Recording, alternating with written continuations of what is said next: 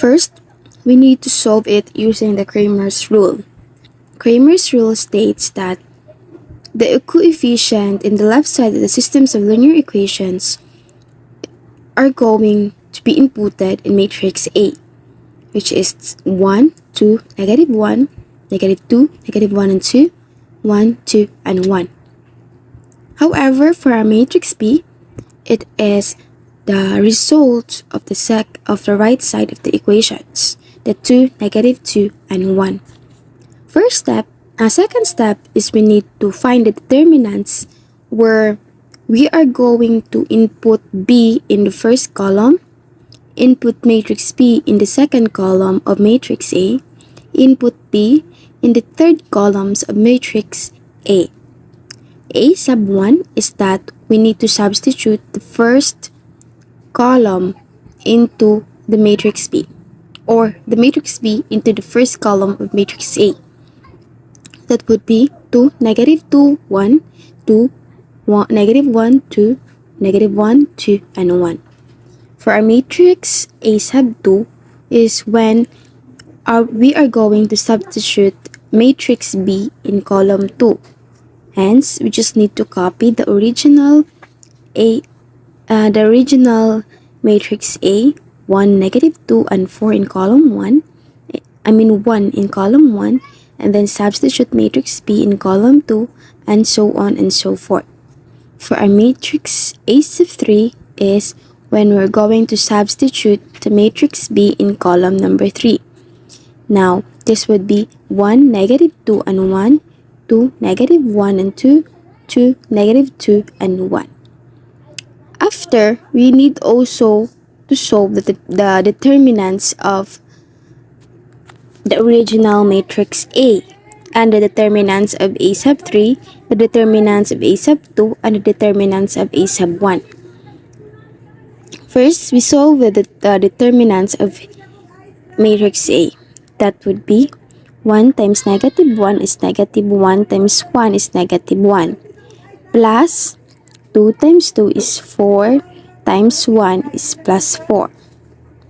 1 times 2 is negative 2 times negative 2 is positive 4. Positive 4. 1. We are going up, so that would be subtraction. So 1 times negative 1 is negative 1 times negative 1 is positive 1 since it's subtraction minus 1. Negative 2 times 2 is negative 4 times 1 is negative 4 times negative is positive 4. Sorry for that. 1 times 2 is 2 times 2 is 4 times negative 1 is negative 4. That would be 6. We have here same process. That would be negative 1, and this would be negative 4, and that would be negative 8. Next, 1 times negative 1 is negative 1 times 2 is negative 2. Then it is subtraction, so negative and negative is positive 2. Next, we have negative 2 times 2 is negative 4 times 1, negative 4 times negative is positive 4.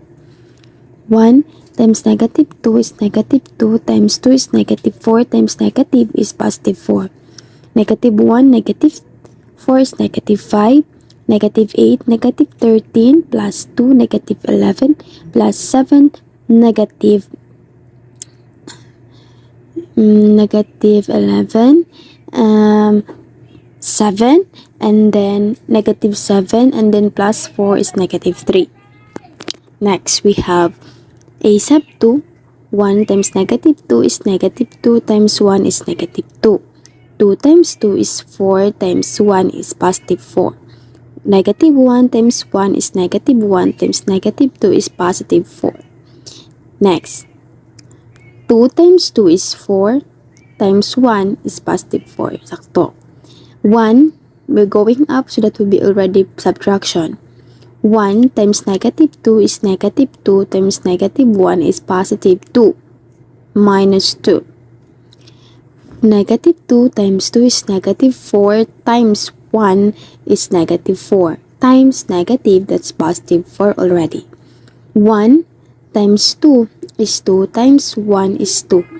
Subtraction is equal to negative 2 plus 4 is 2 plus 2 is 4 minus 2 is 2 plus 4 is 6 minus 2 is 4.